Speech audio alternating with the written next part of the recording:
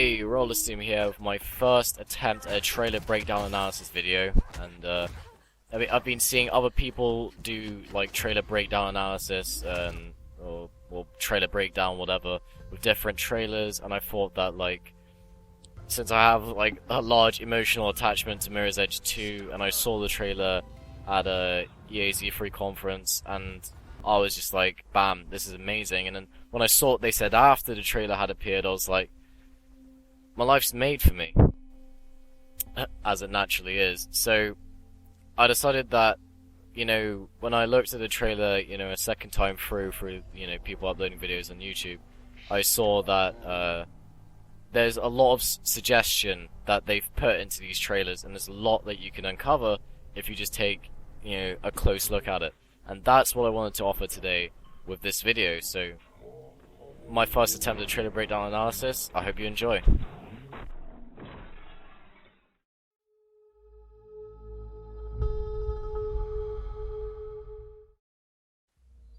So hello, during the actual production time of when I started this trailer analysis project and my birthday, I managed to get a new headset, and so my microphone has high quality now, and of course I sound different to literally 2 seconds ago.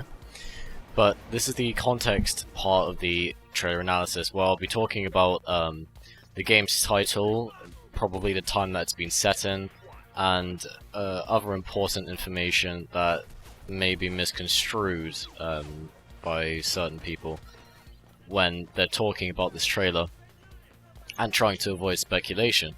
And of course, I disagree with avoiding speculation. I think speculation is a good idea, really, to put out suggestions out there, and then people can try and add evidence to it, and then you have a sort of theory, I suppose. But yeah, getting into the context, we have the title Mirror's Edge Catalyst. Now, when we found out that Mirror's Edge 2 was being developed, we thought it would just be called Mirror's Edge 2, but they ended up giving it a title of Catalyst at the end of Mirror's Edge. So it is Mirror's Edge 2, it's just not Mirror's Edge 2, it's Mirror's Edge Catalyst. So automatically people will assume that it has the possibility of being a prequel. And it being a prequel can also be linked to the fact that the word catalyst is, in chemistry, it's a substance that speeds up the rate of reaction of two reactants, I think, or somewhere along that definition. And that's what a catalyst is. Speeds up the rate of reaction, or what you could say is the cause of something. And that's quite important because the catalyst is fairly evident. It's Faith Connors, and in a trailer it's alluded to that Faith Connors is the start of a revolution against the extremely anarchistic, supremacist society in the Mirror's Edge universe. And to change that is Faith Connors' goal, or Faith Connors' worth, or being, or purpose. And so Mirror's Edge Catalyst is linked to the character, and so on and so forth. The reason why it could be a prequel, though, is obviously because of the definition of catalyst, and how if it's to speed up the rate of reaction, then you could say that Mirror's Edge 1 was the result of the reaction, and the catalyst, Mirror's Edge Catalyst, would be the explanation of how Catalyst, or Faith Connors, was prepared to form the result of Mirror's Edge 1. But it's arguable. There's quite a few things you have to consider when you're going to go call it out on being a prequel and sequel. So, first off, you could go ahead and assume that it's a sequel, because it's obviously a game that's been made after the first one. Graphics have improved, and you can also see, fairly evident in the trailer and related to the graphics, is that the entire city looks a lot more technologically advanced. That is the first clue that this is actually set in the future, because if you looked at Mirror's Edge 1, it was not focused around a high-tech theme. It was very, you know, like current generation, like the current technology status that we have in our society today. And in the Mirror's Edge Catalyst trailer, it's clearly evident that it's not. I mean, like, in the first 10 seconds, Faith is waking up in what appears to be a prison cell. And then she leans against the wall, and the wall, the graphics on the wall just kind of matches around where she puts her hand. And there's no kind of technology that looks like that in Mirror's Edge 1. And therefore, there's extremely strong probability that Mirror's Edge Catalyst is going to be a sequel as a result of the time that these games are set in. Now, the idea of it being a spin-off is interesting, but it's the worst outcome, I believe, that they could take with Mirror's Edge. By trying to make Mirror's Edge a spin-off, by basically saying that Faith Connors, this is, I mean, obviously she looks older in Mirror's Edge 1, Mirror's Edge 2, in Mirror's Edge Catalyst, the trailer, she looks a lot younger, obviously, which is evidence towards it being a prequel, because of the age or the look of the character. But yeah, the idea of Mirror's Edge Catalyst being a spin-off isn't too bad, but I do not want to consider it being a possibility because, well, I don't think it just makes sense with Faith's character. You know, just trying to think about it. Yeah, I mean, for it to be a spin-off would just be treacherous, I think. In general, just a spin-off with such a serious storyline is not a good idea, and I highly doubt they'll go down that route because, you know, whenever it's a spin-off, and I keep saying you know, but if it's going to be a spin-off, spin-offs in video games usually be like a completely different genre. For example, Persona 4 is a dungeon crawling RPG, very popular and very good. It was made ages ago for the PS2, but it's still an amazing game. And the spin-off for that was Persona 4 Dancing All Night, and that was a dancing game. And that doesn't make it bad. That doesn't mean it's not related to the story. In fact, it is a sequel to Persona 4. Pairs up with the Aftermath. But just yeah, I don't know if there's two definitions to a spin-off, where the story is completely different, or it's just a change in general. Persona 4 Dancing All Night is a spin-off, but it follows the story. So does that mean it is a spin-off? If it's a change to the main genre? I think it does. I mean, that's what most people refer. That's why most people refer to it as a spin-off in the first place. So. Yeah. But I do not want to consider the possibility that Mirror's Edge Catalyst is going to be a spin-off, and not following the story of the Mirror's Edge 1 universe would suck, because you could carry over so much stuff like the extremely tight security and anarchistic, company-ruled society that they have. They could copy that theme over, which they have done. But, you know, as we've seen, they've made it more technologically advanced, and you also get to develop on the story of the runners. And then if you have a completely different spin-off, where basically the affairs between Kate and Faith didn't happen, you know, they met up in the mission Glass Gardens, or Looking Glass Gardens, or whatever,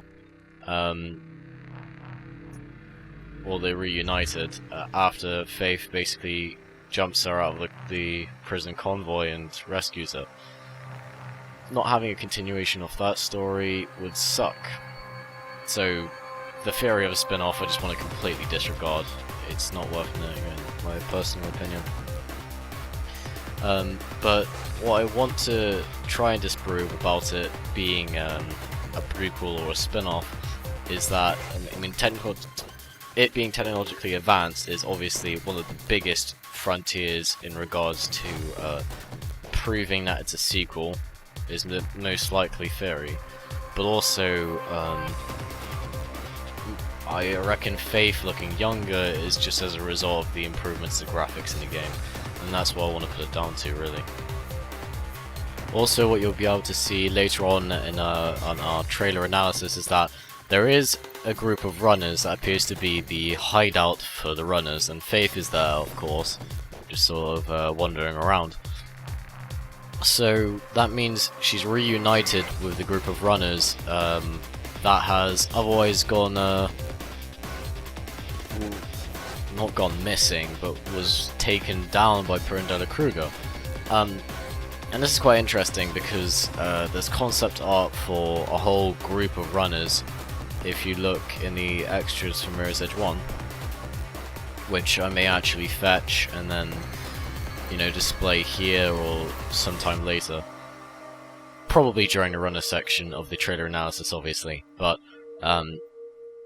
you've got like these runners that were, like, weren't implemented in the game, you know, because they ran out of they run out of time, basically.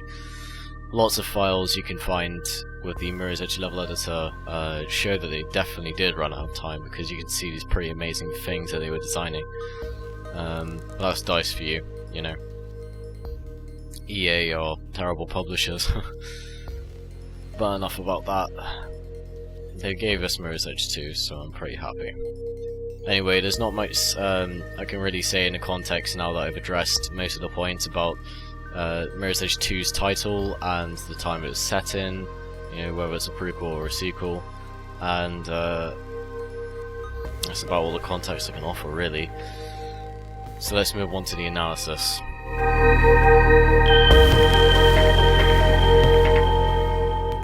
Now, I know this makes me not kind of go by my word here, but there's actually some very interesting gameplay clips that I can literally see, and I imagine this would actually be part of the engine, so this would be mechanics and actual footage of the actual engine in live action right here, and so it's very important that I get it. It's not a part of the trailer, but it's before the trailer, and it was in the E3, it was in the showcase for Mirror's Edge Catalyst in E3, so I thought it was worthy to look at.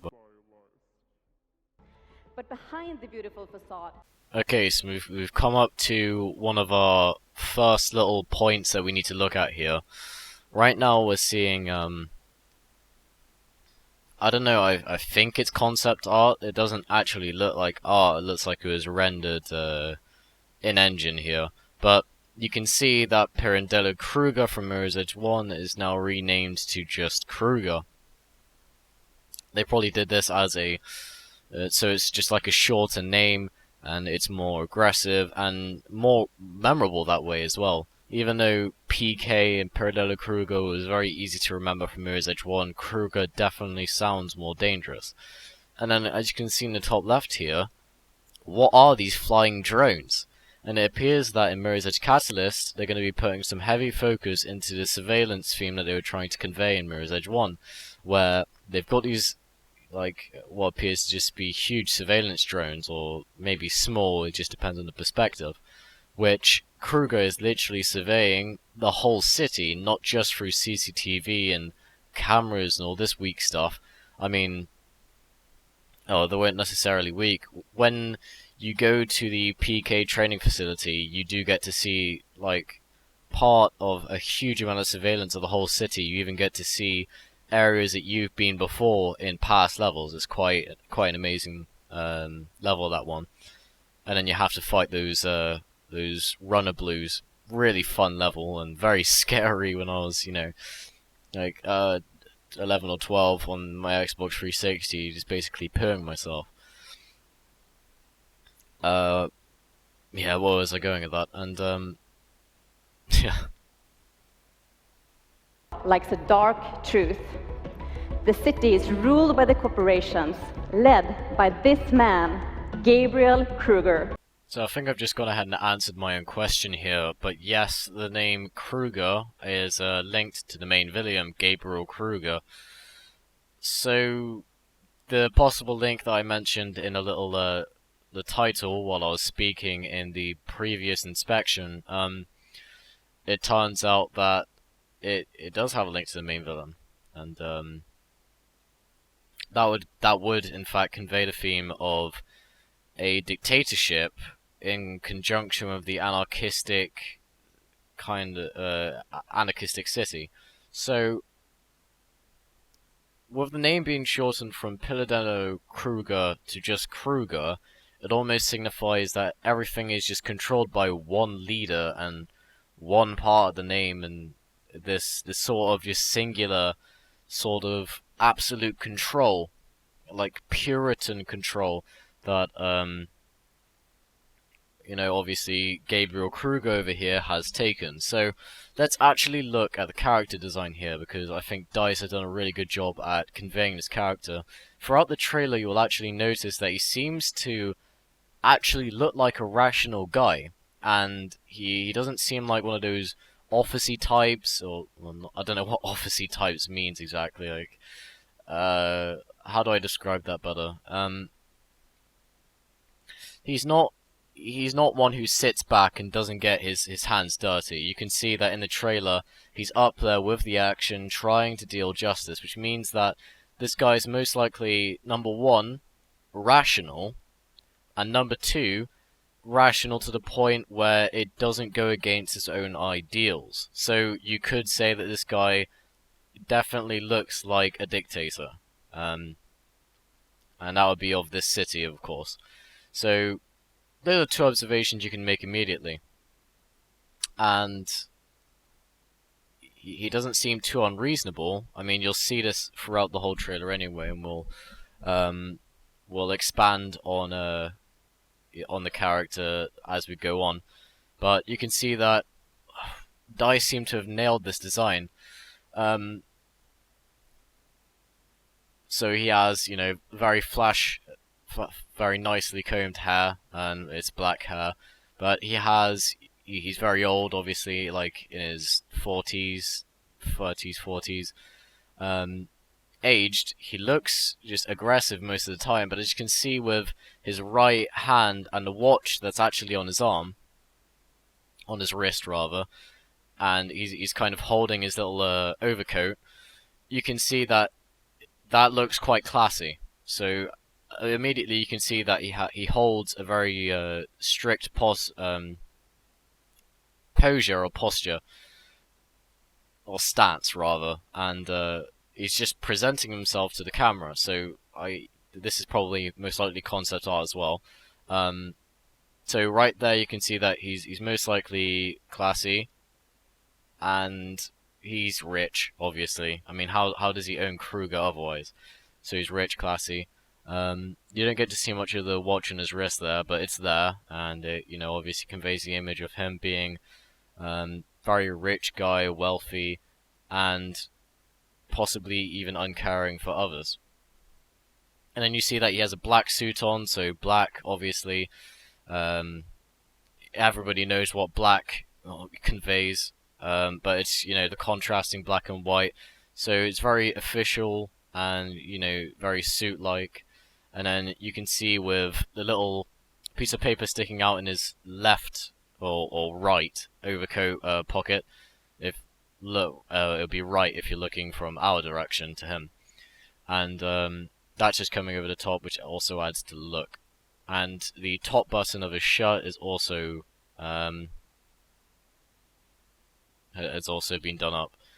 So looks like a very classy gentleman, but and he may hold respect for the people that he obviously commands over, and appears to be very rational to his ideals, and rational about certain ideas, but of course he most likely has this huge disdain for runners. For now, we don't know the specifics about this character, but that's just a little bit of oversight of who he could be. But he's most likely and definitely a dictator, thanks to the link of the shortened Pirandello Kruger name, and his actions in the actual trailer, which I've given you but you'll see later, and his actual look, and how DICE have gone ahead and shown him to be. So, yeah. Second observation done. There is no individual freedom, There is no privacy. You will uncover these secrets. So we see more gameplay here, but this actually gets pretty interesting. There's plenty for you to do, and we're giving you... This yellow orb you can see here is most likely related to time trial gameplay and is used as a marker. Races and environmental puzzles. Most importantly, I don't know if you saw that, but you can actually see that red objects are appearing out of nowhere. Maybe this is some kind of dynamic route creation system for custom time trials. There are no levels. There are no loading screens. You are truly free roaming. To those of you who don't know, after Mirror's Edge 1, since it was such a unique game in the sort of genre it sported, I mean, how many first-person platformers do you ever see that have action and are also first-person shooter? So much mishmash of genres, it's, well, what free running in action is. But in Mirror's Edge 1, you did not have free roam, and after it was made, so many people had an outcry for, oh, we want a level editor or some kind of free roam. It just, you can do so much with the concept of free running in a game. With our current day technology compared to 2009, let's see what they've pulled off. You could argue that's just runner vision, but as you can see here, there's this zipline pole, but that actually protrudes back into the ground. Like, if that isn't a dynamic route creation system for time trials or something, then I don't know what is. Fluid movement and combat in first person. Running free in a beautiful, massive city. Experiencing the rise of faith.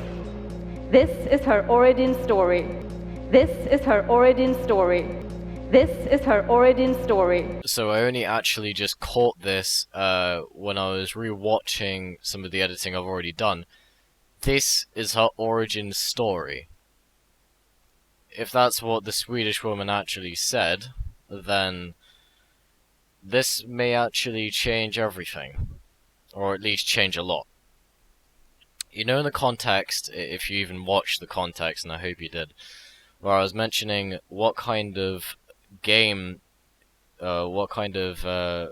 where this game would fit into the storyline, whether it be a prequel or a sequel or it would be a spin-off.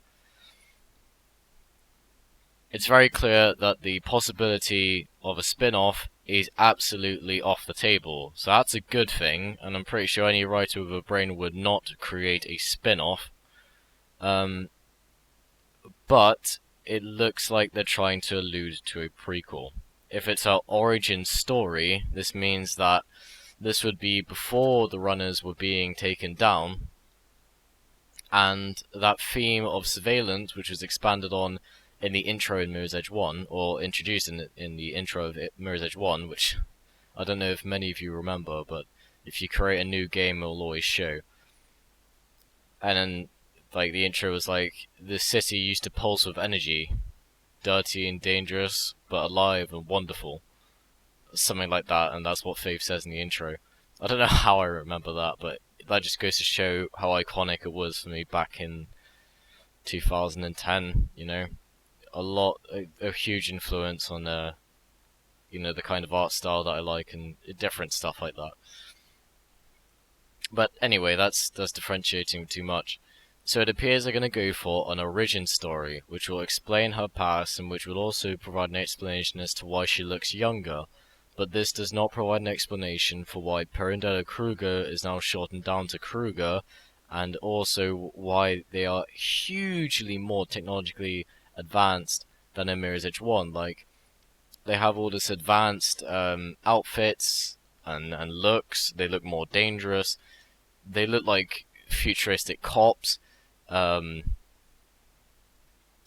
appears to be more of a focus on runner blues, and you can see surveillance drones. None of this existed in the Mirror's Edge 1 world. So, I don't know what DICE are doing. Are their writers not thinking too much about this? I'm pretty sure they are.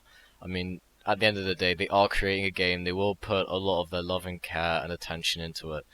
So I'm sure they won't mess up the story. But this is going to be, in my opinion, extremely hard for them to pull off. a story which crosses over it's a prequel, but its technology is more advanced than its sequel. Like, how would you explain that? That does not make much sense. So this is strange. But I guess we'll see how they pull it off in February, or maybe even before then, you know.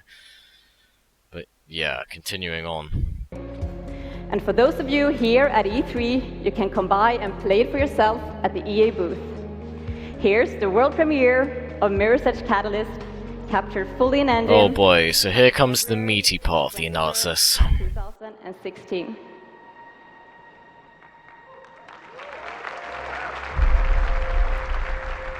Every new day holds a promise.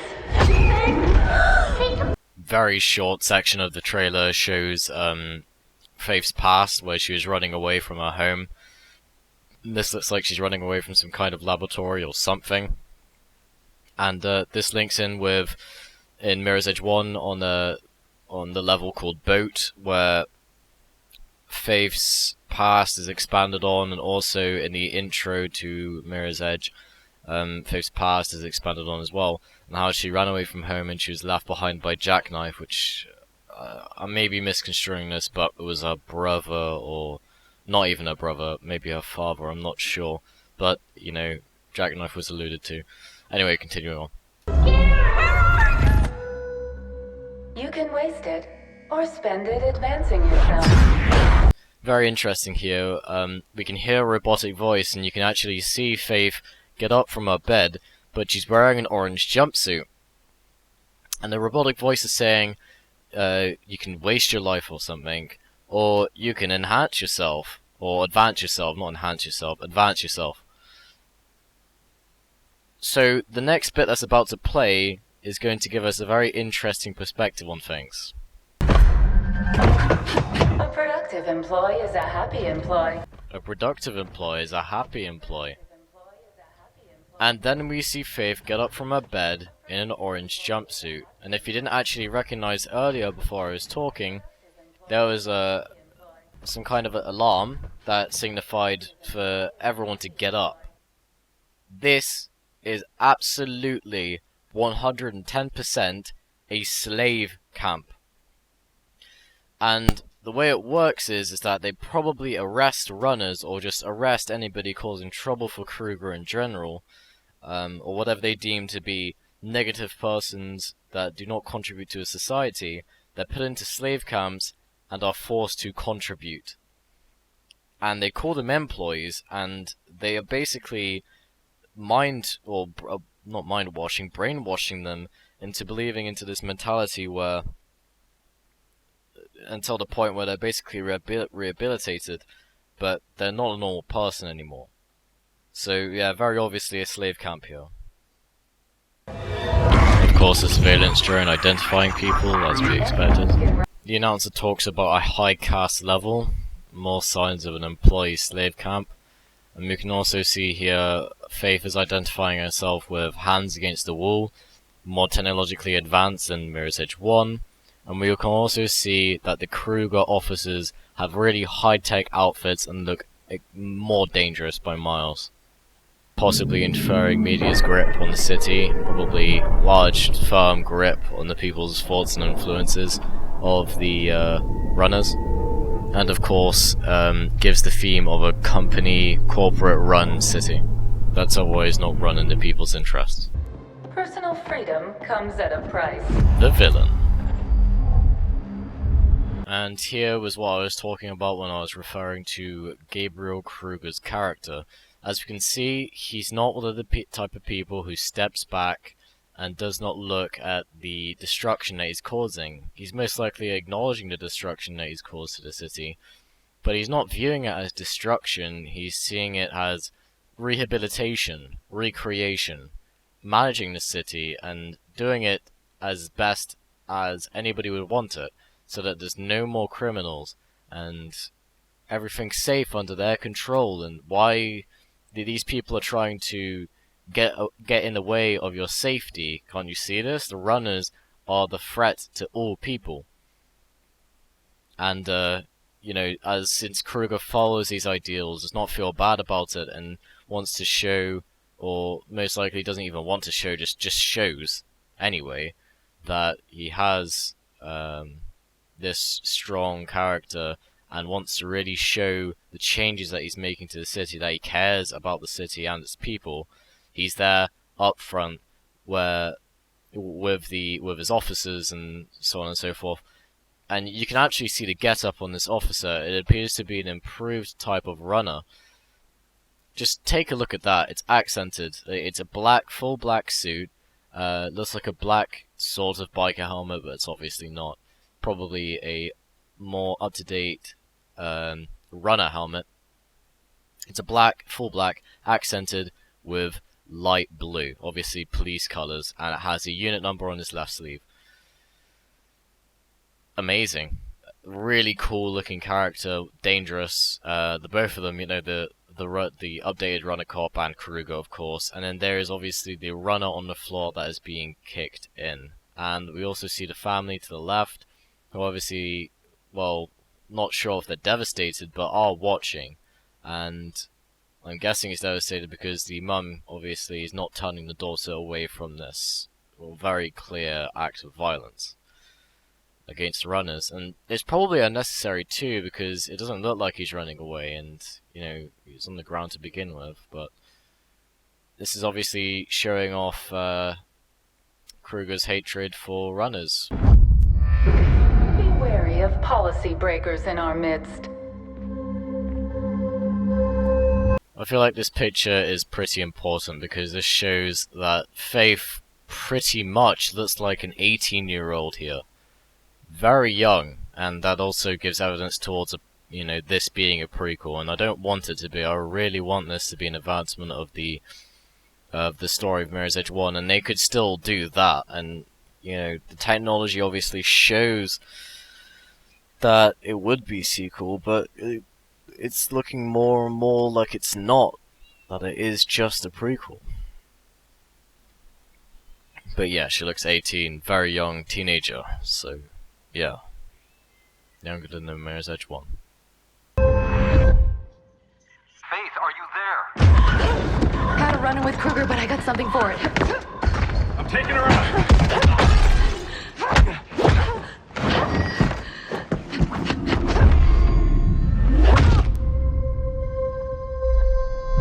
The only reason I'm actually freeze framing here is because what I'm about to bring up is the music. Now, the music is obviously quite important, and as we can hear in the trailer, it is really, really, really nice music. You may have noticed I actually used part of this as a soundbite for my intro, that I'm putting on most of my videos now. And, really nice music. I reckon it may have been done by Solarfields again, which is great, because Solarfields was the artist for the Mirror's Edge 1 music. And, you know, it's very nice music. It's sort of like abstract, but, you know, well suited to the sort of freewheeling music that Mirror's Edge obviously needed. So yeah, Solarfields may be back. I don't actually know. You know, I don't know if information is available yet. But the music in this trailer is absolutely amazing. So I just had to freeze frame this so you can actually experience the audio. Also, one of the best parts of the trailer is about to come up. Just have a look at that city. It is absolutely amazing. It appears that they're including a weather system, a day and night system in Mirror's Edge Catalyst. The city, the environment looks absolutely just out of this world. This is probably the best city that's ever been made in video games at this present. It just looks incredible. And don't forget that this is all free roamable, that you can free roam, you can free run on every single building you can see here. Or at least that's what they said. But look, that is amazing. I'm really happy with what DICE have done, and it's clear that over the years they've obviously gained a huge amount of talent. I'm so happy for them.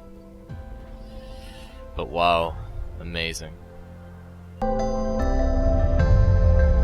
here was the free running crew that I was talking about. It appears this is their headquarters, and like, I'm pretty sure there is some concept art that, you know, looks pretty much exactly like this room, but my memory is pretty hazy, and the sources where you can find this kind of stuff from are hard to, you know, scan the net for. But you can just see that there are other runners in the world this time as well, so obviously you could give out some very, very wild speculation, saying there can be things like multiplayer or capture the bag or co-op or like just random things like that. The chances are that's most likely not going to be the case, and it'll just be free roam and time trials, but I'm all okay with that. I mean, that's just, free roam's enough already. But this just goes to show that there'll be a lot more characters in the story than there were in Mirror's Edge 1. And that's because there's probably more runners actually present in this story, as it is a prequel, or as a lot of the evidence is actually suggesting. As you can see, I've already kind of convinced myself this is a prequel. It may not be such a bad thing, but I do hope DICE does nail that story regardless, because story is a very important thing. You obviously want your fans to be immersed into the game and experience something that they'll never experience before. And to create that amazing experience is what it's like to be a game designer, to be a story writer, a game developer. You have to create an extremely unique experience that just makes people smile, puts a smile on their face and feel like they're in a totally new world. And let's hope that's what they do with Mirror's Edge Catalyst. You can already see that the environment is fucking amazing. So they're already halfway there.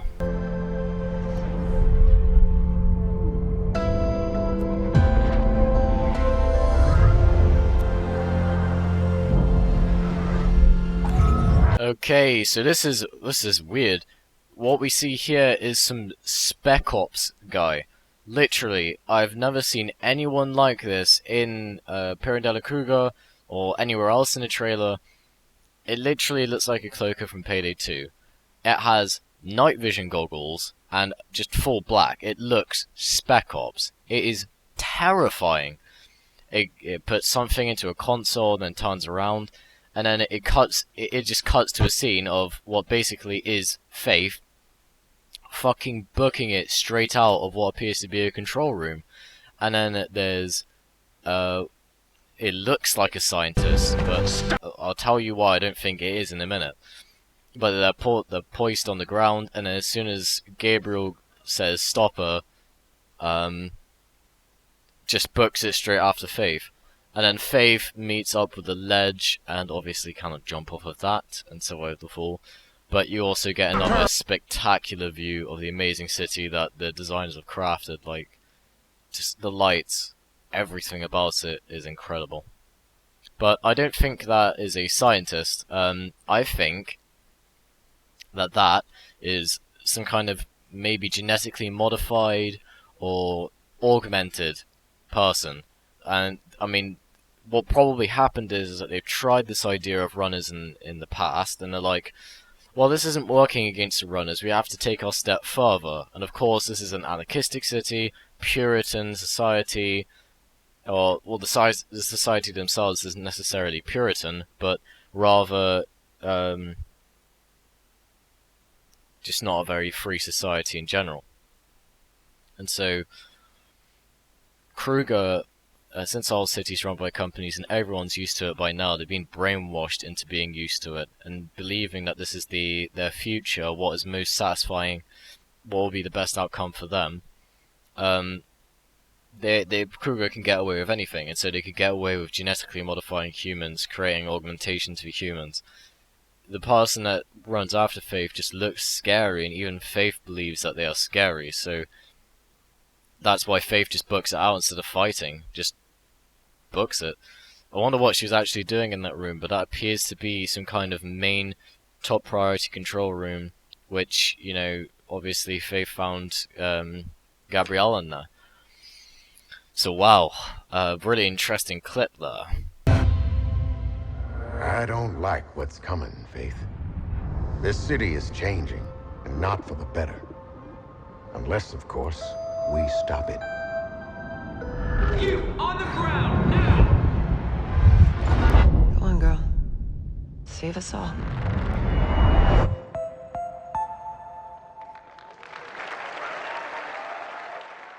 So I did let you finish watching the end of the trailer there because I feel like the ending bit is a really nice moment to fully experience instead of me just butting in and saying, oh, this and that. Well, I don't think they just threw a black character in there with Morgan Freeman's voice just to please a younger audience, like teenagers who play Call of Duty or any immature bullshit tactics like that, because they are not fucking Treyarch or whatever the fuck the other name is, Infinity Ward. It's probably a good thing I don't actually remember who they are, but yeah, they didn't actually just throw in a black character for no reason.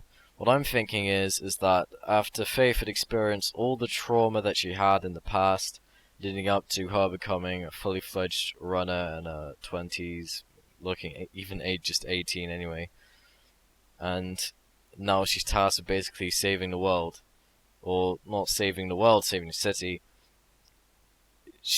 That black character doesn't necessarily exist. Maybe it's just a vision that she sees inside her head. And she sees it because she desires a freedom for the whole city. And she sees things that others do not.